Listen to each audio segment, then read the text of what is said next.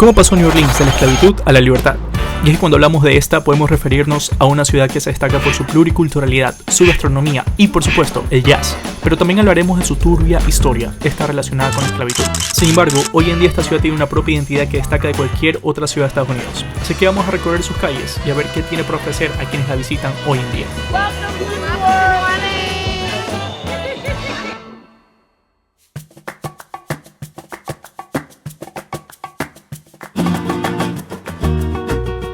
Finalmente hemos llegado aquí a New Orleans, una ciudad que teníamos pensado venir con Ali hace muchos años. Estaba en nuestra lista de lugares que queremos venir a visitar y finalmente estamos aquí. Para entender un poco de cómo está actualmente New Orleans, hay que también entender su historia. Su historia va desde lo fascinante hasta lo lamentable. En el siglo XVIII era colonia francesa. Por eso se puede ver que su arquitectura tiene una influencia francesa y eso se ve reflejado a lo largo de toda la ciudad. Como por ejemplo sus arcos, sus balcones y las fachadas de las casas son muestra de ese estilo. Además, la ciudad tiene una historia cultural increíble y enriquecida por los africanos, que se ve reflejada hasta hoy en día.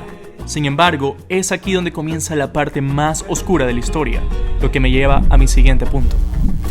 Durante muchos años, los esclavos fueron comprados y vendidos en esta ciudad, ya que aquí era el lugar ideal para comercializar esclavos y comprarlos a un mejor precio. La esclavitud en Nueva Orleans fue una práctica común en la época colonial y continuó durante muchos años hasta que finalmente se abolió en todo el país en el año de 1874. Los esclavos fueron traídos desde África para trabajar en plantaciones y en otros trabajos forzados. La vida de estas personas no era para nada fácil y muchos fueron tratados con mucha crueldad y violencia. A pesar de las difíciles condiciones en las que ellos vivían, ellos dejaron una cultura rica que ha dejado una huella en la ciudad hasta el día de hoy.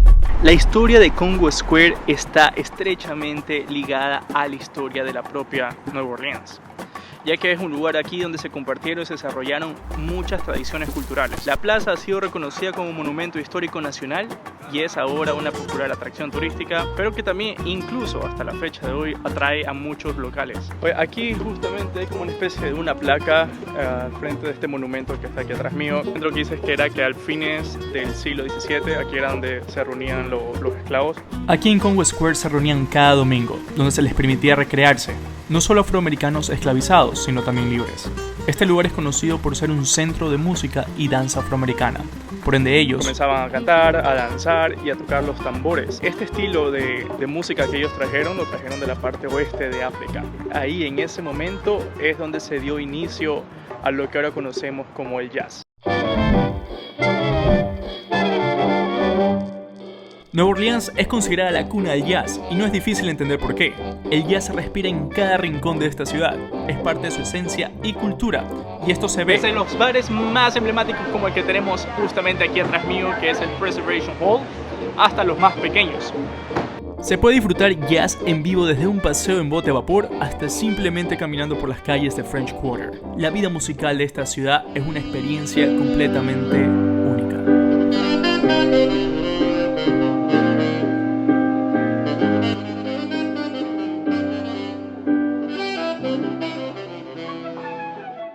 Después de habernos adentrado brevemente en la historia, es hora de ver qué tiene New Orleans para ofrecer en la actualidad. Comienzo mi lista con Jackson Square. También conocida como Plaza de Armas, este parque es considerado Monumento Histórico Nacional y es de mis lugares favoritos en la ciudad. La historia que acompaña este lugar puede llegar incluso a ser bastante atroz, ya que entre el siglo XVIII y XIX se hacían ejecuciones públicas de esclavos. Aunque hoy en día es bastante diferente, es un lugar muy familiar y turístico y debería ser el punto de partida de cualquier turista en su visita a la ciudad. La que ven allí es la Catedral de San Luis. Es considerada la iglesia católica romana continuamente activa más antigua de los Estados Unidos. Fue construida en el año de 1727. Sin embargo, la estructura original fue quemada en el gran incendio aquí en New Orleans en el año de 1774. Sin embargo, se la volvió a reconstruir en el año de 1850 y es básicamente la misma estructura de aquel entonces. Seguimos con mi actividad favorita en la ciudad, el Steamboat. Los botes a vapor vienen desde los comienzos de 1800 y cumplió un rol muy importante en New Orleans para la economía y el comercio. Se los usaba como transporte de otros estados, ya que pasa por el río Mississippi, uno de los 4 ríos más grandes del país. Hay varios botes a vapor para tomar en este tour. Sin embargo, siendo uno de los más famosos, el Natchez, que es el que estamos actualmente. Este steamboat fue construido en el año 1975 y actualmente es una atracción bastante popular si vienen aquí a New Orleans. Pueden tomarse un trago, pueden comer en un buffet e incluso presenciar música de jazz en vivo. Hay diferentes precios y esto depende si es para el lunch o para la cena o solamente si deseas ir por el crucero sin la comida, aunque yo en lo personal recomiendo mucho hacerlo con el buffet, ya que sirven el plato típico de la ciudad como la jambalaya y el bagre frito, frijoles y salchicha, y para rematar de postre un pudín de pan, que en realidad no es todo tan bueno. Sin duda alguna, una experiencia bastante romántica si vas con pareja. Y para culminar, simplemente relajarse al son del jazz, con una banda profesional en vivo que en verdad tocaban muy pero muy bien, y las personas, incluyendo a Ali y a mí, estábamos disfrutando muchísimo del show que nos brindaban. Podría decir que la vibra folclórica y auténtica New Orleans se vive completamente en el Natchez, así que sí o sí, esta actividad tiene que estar en tu lista como número 1. Sin embargo, terminamos justo a tiempo, antes que el clima nos quitara todo el glamour. Ok, hemos perdido el glamour por causa de la lluvia. Justamente mientras íbamos saliendo del bote pegó un aguacero y bueno, estamos empapados. ¿Lo vi? How do I set it? I have an umbrella, but I forgot it. Nos olvidamos del paraguas en el hotel. Bueno, hay que ver y cambiar un poquito los planes, a ver dónde nos vamos, porque con esta lluvia no se puede estar afuera realmente. Ponchos for sale. Así que bueno, vamos. Como escapa el mal clima, decidimos visitar Mardi Gras World, que es en teoría un warehouse donde diseñan, producen y almacenan figuras elaboradas para el carnaval. Ya que no coincidimos con la fecha del Mardi Gras, igual decidimos aprender un poco más sobre qué hay detrás de todo el folclore. Por petición de mi esposa hemos venido al Mardi Gras y bueno, ahí está. Tenemos nuestros tickets que básicamente son estas cadenitas. Y vamos a ir explorando un poquito porque aquí se cuentan todas las cosas que usan para el folclore del carnaval, uno de los carnavales más importantes de los Estados Unidos, y no solo de los Estados Unidos, sino que también del mundo, así que vamos a echar un vistazo. El tour comienza con un video introductorio sobre la historia del Mardi Gras, aunque el video le hizo dar sueño a Ali de lo aburrido que estaba. Y después termina un pedazo de cake oriundo de la ciudad que debo recalcar que estuvo buenísimo, aunque no pude repetir. De ahí el guía comenzó a mostrarnos de cómo empieza el proceso para la elaboración de estas obras de arte. Oye, la logística que se maneja dentro de este lugar para crear el arte que nos rodea es bastante interesante, ¿verdad? Que pasa por un proceso bastante largo desde el diseñador hasta el último que sería el pintor. Es más, últimamente se ha incorporado nueva tecnología para mejorar y acelerar el proceso, de verdad que está muy interesante y es parte de la cultura de New Orleans. A lo largo de toda la galería se pueden encontrar figuras de todo tipo, desde unas relacionadas a películas, políticos y artistas. Aquí la imaginación y creatividad no tiene límites. Si bien es cierto, todo esto empezó por el carnaval, para decorar los carros alegóricos, pero ahora esta compañía también provee de figuras de artes a diferentes tipos de empresas y negocios a lo largo del país, como por ejemplo Disney Universal. De las piezas que hay aquí, no solamente se lo usa para el festival, sino que también incluso para hoteles. El vikingo que está ahí atrás era incluso para un hotel, por eso que está muy bien hecho y muy bien detallado. Esto me recuerda un poquito a los años viejos en Ecuador. Mi siguiente visita fue al cementerio de St. Louis. Es el cementerio más antiguo de la ciudad, abierto en el año de 1789. Una característica que destaca este cementerio de lo común es que sus tumbas están por encima del nivel del suelo, debido a que la ciudad se encuentra por debajo del nivel del mar.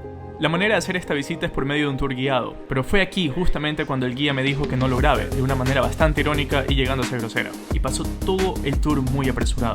Diría que fue la única mala experiencia que pasé en la ciudad. Está bastante chévere el tour hasta ahora. Oiga, lo que a mí no me gusta de los tours es que siempre me controlan todo y no me dejaron grabar. He tenido un tiempo difícil en poder grabar, pero está interesante, bastante información, bastante historia.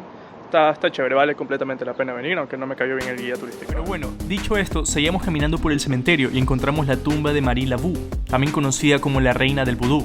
Ella nació en el año de 1801 y murió en 1881. Aquí es bastante común encontrar tumbas de familias enteras francesas, un lujo que solo la alta clase se podía dar. Y también encontramos tumbas bastante antiguas, que incluso datan de la época de la esclavitud, y otras más nuevas. Pero la tumba que más me llamó la atención es esta pirámide, ya que le pertenece a Nicolas Cage. Compró esta tumba por $40,000 y es donde vendrá cuando deje de respirar.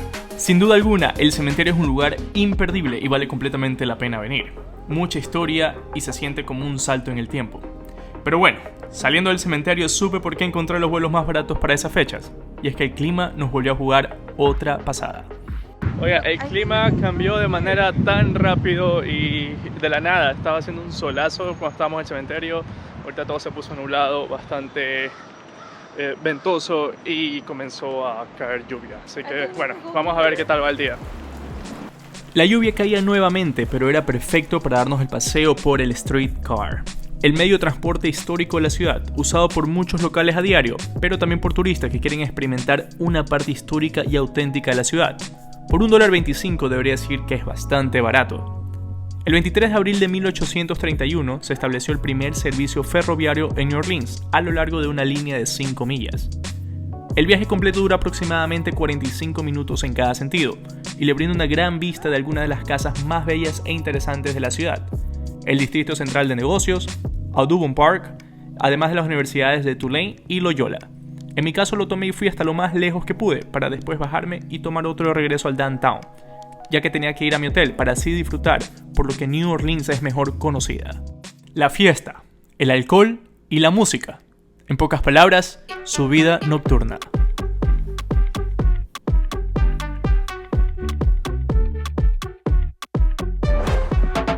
Y ni bien caía la noche, vi a este grupo bailando en plena calle, que simplemente no pude evitar unírmeles y bailar junto a ellos. ¡Se armó la fiesta! ¡Se armó la fiesta!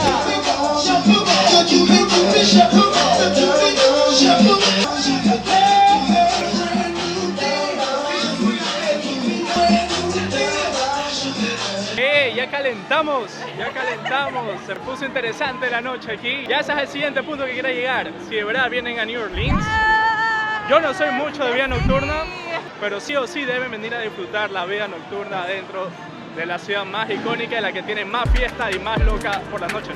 Y por supuesto, para entonarnos había que hacer una parada táctica primero.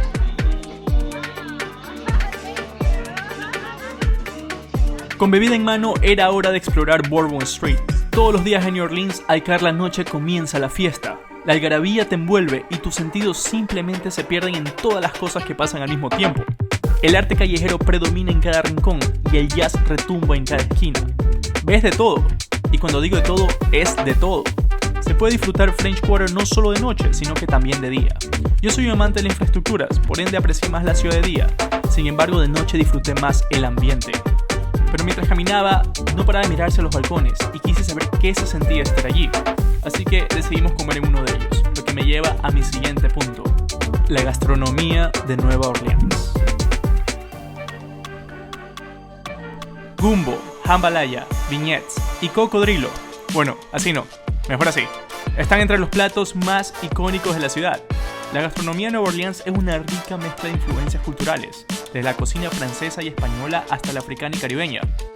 Así que saliendo de la algarabía de Bourbon Street, finalmente estamos en el balcón, listo para relajarnos y comer. Tenemos la Jambalaya. jambalaya, plato típico de New Orleans. El gumbo, una especie de un curry. And the crawfish etouffee, I think. Un plato francés.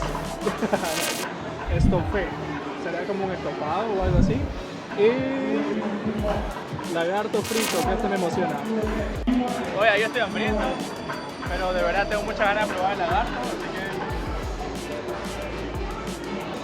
que... Literalmente el lagarto sabe a pollo. Vamos a probar la jambalaya.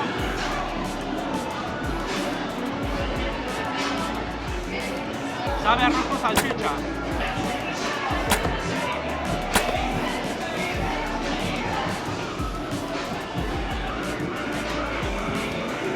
Me gustó el gumbo. Crawfish etouffee.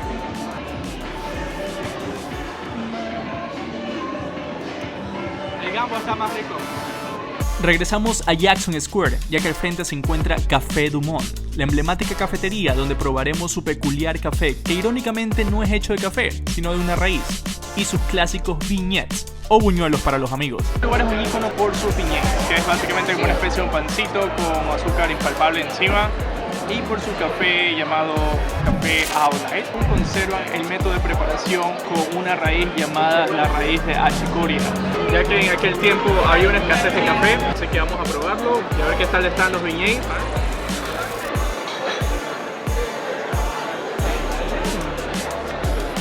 Sabe como churro, muy bueno,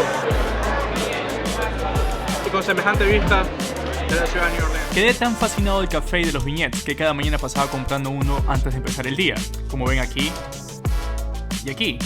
Sin embargo, en esta ocasión era para despedirme de New Orleans. Bueno, ahora sí, finalmente pues con un café de Café Du Monde me despido de esta ciudad magnífica. Me ha encantado muchísimo.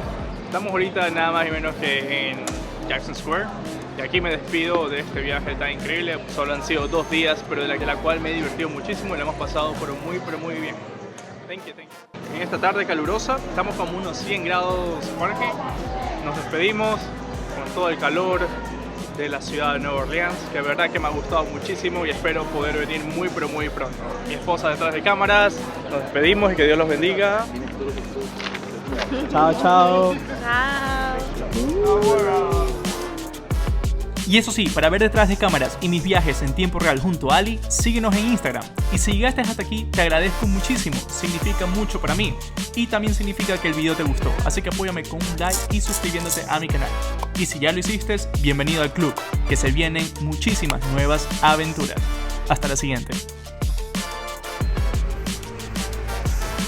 Se nos acabó el viaje, es hora de regresar a casa.